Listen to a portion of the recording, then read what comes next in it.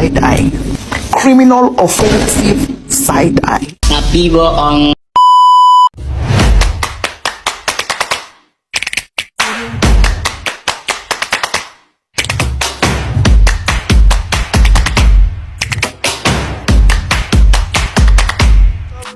A few moments later.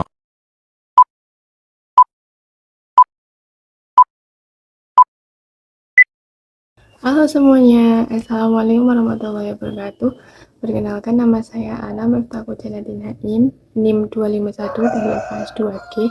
Jadi di video kali ini aku akan sedikit membahas mengenai zaman Nabi Muhammad SAW. Jadi dengarkan video ini sampai habis ya. Dadah. Nabi Muhammad SAW sejak lahir hingga diangkat menjadi Rasul ada beberapa peristiwa. Pertama, kelahiran Nabi Muhammad SAW. Yang kedua, disusukan kepada Halimah binti Abi Duhaib. Yang ketiga, Siti Aminah dan Abdul Muthalib meninggal dunia. Yang keempat, Muhammad diasuh oleh Abu Thalib. Yang kelima, Muhammad berniaga. Yang keenam, Muhammad menikah dengan Khadijah. Yang ketujuh, Muhammad menerima wahyu. Kelahiran Nabi Muhammad SAW. Rasulullah dilahirkan pada hari Senin 12 Rabiul Awal pada tahun 571 atau disebut sebagai tahun gajah. Disebut sebagai tahun gajah karena pada masa itu seorang raja bernama Abraha ingin menghancurkan Ka'bah dengan pasukan gajahnya. Rasulullah lahir dalam keadaan yatim. Beliau ditinggal bapak ayahandanya, Abdullah, pada usia 3 bulan kandungan, dan ibunya Aminah meninggal pada usia saat 6 tahun. Beliau diasuh oleh kakaknya atau Abdul Muthalib hingga wafat dan kemudian diasuh oleh pamannya Abu Thalib sebagai pembela Rasulullah dalam menegakkan agama Islam. Siti Aminah melahirkan seorang anak laki-laki. Dengan penuh kegembiraan, Abu Muthalib, seorang kakek Nabi Muhammad SAW, menggendong bayi itu dan dibawanya ke Ka'bah. Setelah dari Ka'bah, dan bayi tersebut diberi nama Muhammad. Nabi Muhammad SAW disusukan kepada Halimah binti Abi Duhaib. Pada hari ke-8 dari kelahirannya, Muhammad diserahkan kepada keluarga Sa'ad yang bernama Halimah binti Abi Duhaib untuk disusukan. Muhammad tinggal pada keluarga Sa'ad atau Halimah sampai mencapai usia 5 tahun. Ia belajar menggunakan bahasa Arab yang murni serta belajar sifat-sifat terpuji yang terpatri dalam jiwa dan pribadinya. Setelah 5 tahun hidup bersama Halimah, Muhammad diantarkan kepada ibunya di Mekah. Siti Aminah dan Abdul Muthalib meninggal dunia. Pada saat Muhammad berusia 4 tahun, Aminah mengajaknya berziarah ke makam ayahnya yang bernama Abdullah di Madinah. Setelah 1 bulan Aminah di Madinah, ia pulang bersama rombongannya. Namun di tengah perjalanan, tepatnya di Abwa, ibunda Aminah menderita sakit dan meninggal dunia, kemudian dikuburkan di tempat itu. Begitu sedih dan pilu hati Muhammad, ya ayah maupun ibu. Muhammad pulang ke Mekah dan tinggal bersama kakeknya yang bernama Abdul Muthalib. Tak lama kakeknya pun dipanggil untuk menghadap Allah Subhanahu wa Ta'ala pada usia 80 tahun. Muhammad diasuh oleh Abu Thalib. Pada saat Muhammad sedang berduka, pamannya Abu Thalib mengajak Muhammad untuk tinggal bersama keluarganya. Abu Thalib yang sangat menyayanginya, hal itu disebabkan budi pekerti Muhammad yang luhur, cerdas, suka berbakti, dan baik hati. Dalam usia 12 tahun, Muhammad sudah dapat bekerja membantu pamannya menggembala domba, atau bahkan sesekali diajak pamannya berniaga. Ketika Muhammad berniaga di Basrah, selatan Syam, Muhammad bertemu dengan rahib atau pendeta Bahira. Rahib itu telah melihat tanda-tanda kenabian pada diri Nabi Muhammad. Muhammad berniaga. Pada usia 25 tahun, Muhammad mendagangkan barang dagangan Khadijah ditemani oleh Maisyarah Khadijah. Dengan mengambil jalan padang pasir, kafilah itu pun berangkat menuju Syam. Mereka melalui Wadil Qura, Madiyah, dan Diyartamut, serta tempat itu pernah dilalui Muhammad dengan pamannya Abu Thalib. Muhammad menikah dengan Khadijah. Setelah Khadijah melihat kecerdasan dan ketinggian budi pekerti Muhammad, akhirnya Khadijah yang berusia 40 tahun itu jatuh hati dan akhirnya menikah dengan Muhammad saat ia berusia 25 tahun. Mereka menjadi suami istri yang harmonis dengan dihiasi nuansa sakinah, mawadah, warahmah. Di samping mengarungi rumah tangga, Muhammad pun senantiasa memikirkan rusaknya moral ketika kaum Quraisy yang penuh dengan kejahilian, sehingga ia selalu mencari jalan dengan cara menyendiri untuk mencari solusi bagaimana caranya memperbaiki perilaku orang-orang Quraisy tersebut. Ketika Nabi Muhammad berusia 40 tahun, ia pergi ke Gua Hira untuk berkhalwat dan mendekatkan diri kepada Allah dengan berdoa. Ketika ia sedang dalam gua itu, datanglah malaikat seraya berkata kepadanya, "Bacalah." Dengan terkejut Muhammad menjawab, "Saya tak dapat membaca."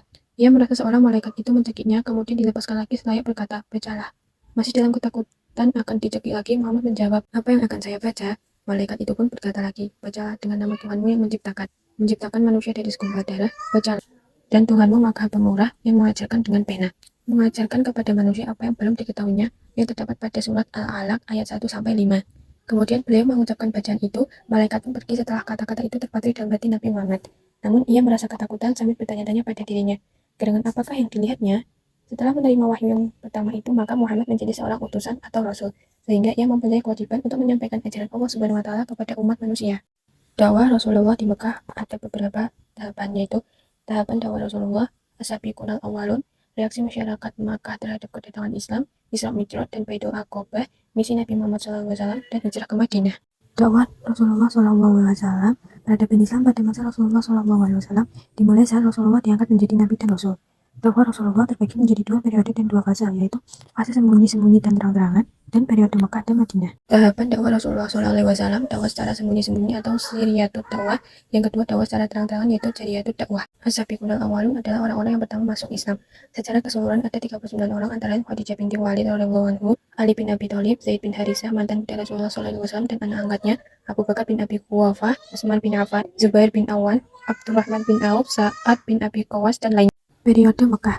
Setiap periode memiliki tahapan-tahapan tersendiri dan mempunyai kekhususan tersendiri. Pada periode Mekah ini, fase atau tahapan dakwah Rasulullah terbagi menjadi tiga, yaitu satu, fase sembunyi-sembunyi. Fase dakwah secara sembunyi-sembunyi pertama ditujukan bagi saudara dan kerabat Nabi dan berlangsung selama 3 tahun. Dakwah sembunyi-sembunyi ini berpusat di rumah Arkam bin Abil Arkam dan berpindah dari rumah ke rumah. Fase terang-terangan. Fase dakwah secara terang-terangan ini dilakukan setelah datang perintah Allah dalam surat Al-Hijr ayat 94. Di fase ini, serangan demi serangan kaum kafir Quraisy mulai berdatangan kepada Rasulullah dan orang Muslim. Fase di luar Mekah. Fase dakwah di luar Mekah ini adalah fase hijrah ke kota Hashbi. Fase dakwah di luar Mekah ini adalah fase hijrah ke kota Hashbi pertama dan Taif kedua. Rasul dengan tujuan menegakkan agama Allah di luar Mekah dan menghindari serangan-serangan orang-orang Quraisy yang menimpa orang-orang Muslim. Reaksi masyarakat Mekah terhadap kedatangan Islam ada 5, yaitu hinaan, cercaan terhadap dakwah Muhammad justru dipelopori oleh pamannya sendiri, yaitu Abu Lahab. Yang kedua, mereka menawarkan rayuan kepada Muhammad melalui kekuasaan, kekayaan, dan wanita asalkan ia mau menghentikan dakwahnya. Yang ketiga, kesepakatan untuk secara bergantian melakukan ibadah kepada Allah dan kepada berhala. Yang keempat, ancaman pembunuhan, yaitu mereka mengancam Muhammad dan mengejar-ngejar para pengikutnya. Yang kelima, mendapat dukungan keluarga dekat, yaitu pengikut Muhammad justru bertambah. Walaupun mereka terutama berasal dari kalangan bawah harus membayar sikap mereka dengan penderitaan. Isra Mi'raj dan Sumpah Aqobah. Menjelang akhir periode Mekah 621, yang mengalami peristiwa yang sangat penting dalam pengalaman keagamaannya, peristiwa Isra Mi'raj. Tak lama setelah peristiwa itu, sejumlah orang Madinah susul menyusul datang ke Mekah untuk menemui Muhammad. Karena mereka pernah mendengar tentang seorang nabi yang bakal datang, sehingga terjadi peristiwa Sumpah Aqobah pertama dan Sumpah Aqobah kedua. Dalam sumpah yang kedua atau 622, sejumlah orang Madinah bersumpah membela Muhammad dan Islam. Oleh karenanya, orang Madinah disebut kaum Ansor atau para pembela. Misi Nabi Muhammad SAW yang pertama yaitu untuk mengajarkan keesaan Allah yang terdapat pada surat Qul huwallahu ahad Al-Ikhlas ayat 1 yang artinya katakanlah dialah Allah yang Maha Esa. Dengan ajaran ini Nabi Muhammad SAW telah mampu mengajak manusia dari kegelapan menuju cahaya. Misi Nabi yang kedua yaitu untuk menyempurnakan akhlak, membangun manusia yang mulia dan bermanfaat.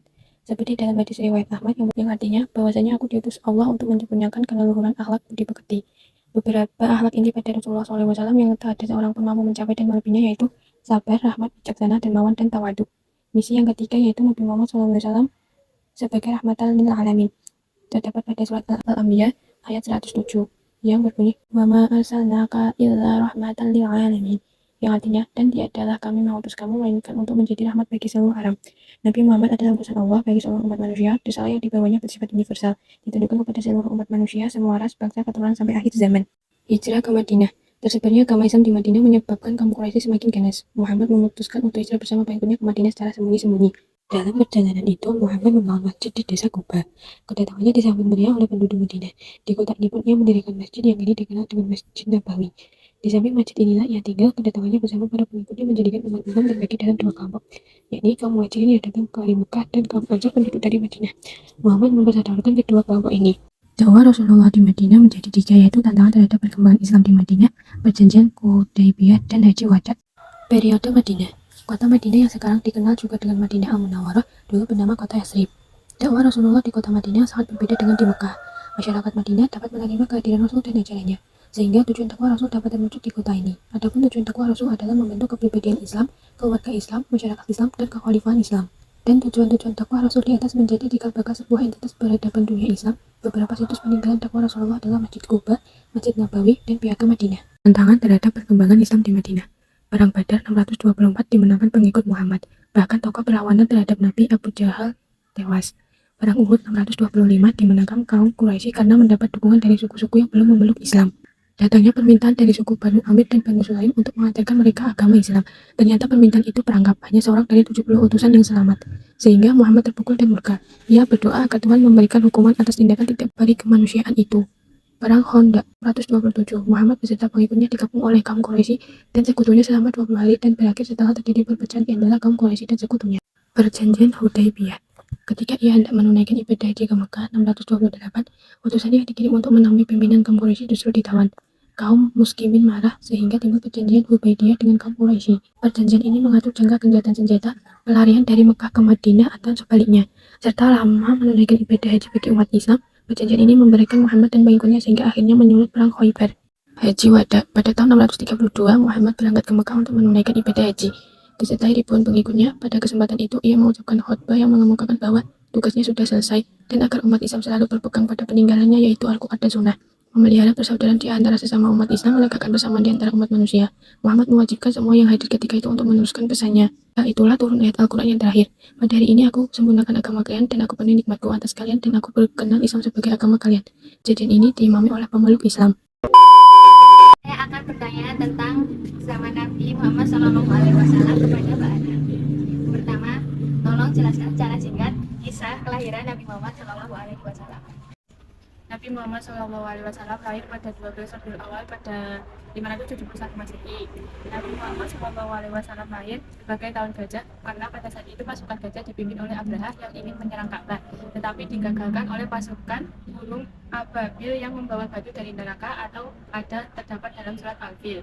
Bagaimana strategi Nabi Muhammad SAW dalam menyebarkan ajaran Islam secara sembunyi-sembunyi? Rasulullah SAW itu melakukan dakwah secara sembunyi-sembunyi melalui keluarga terdekatnya, melalui para sahabatnya, dan juga beliau itu melakukan dakwah dengan berpindah-pindah. Lalu selanjutnya Nabi Muhammad SAW sering mengadakan pertemuan rahasia di sebuah rumah Arkam bin Abi Arkam. Selanjutnya, apa alasan utama dibalik hijrah Nabi SAW dan para pengikutnya dari Mekah ke Madinah? Islam di Mekah mengalami penindasan sehingga menyebabkan mereka berhijrah ke Madinah yang memberikan kesempatan atau perlindungan bagi Nabi Muhammad SAW untuk membangun masyarakat Islam yang mandiri.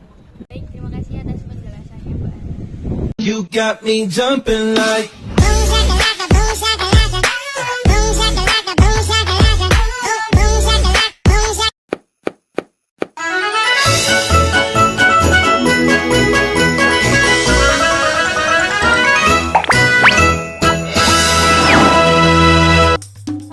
Inilah kisah sang Rasul, Nabi tauladan kami, Nabi ke-25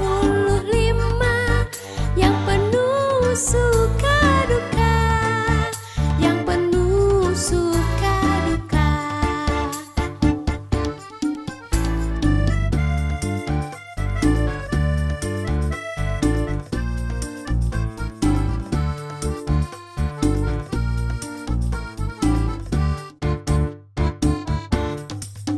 Abdullah nama ayahnya, Aminah ibundanya, Abdul Muthalib kakeknya, Abu Thalib pamannya, Khadijah istri setia, Fatimah putri tercinta.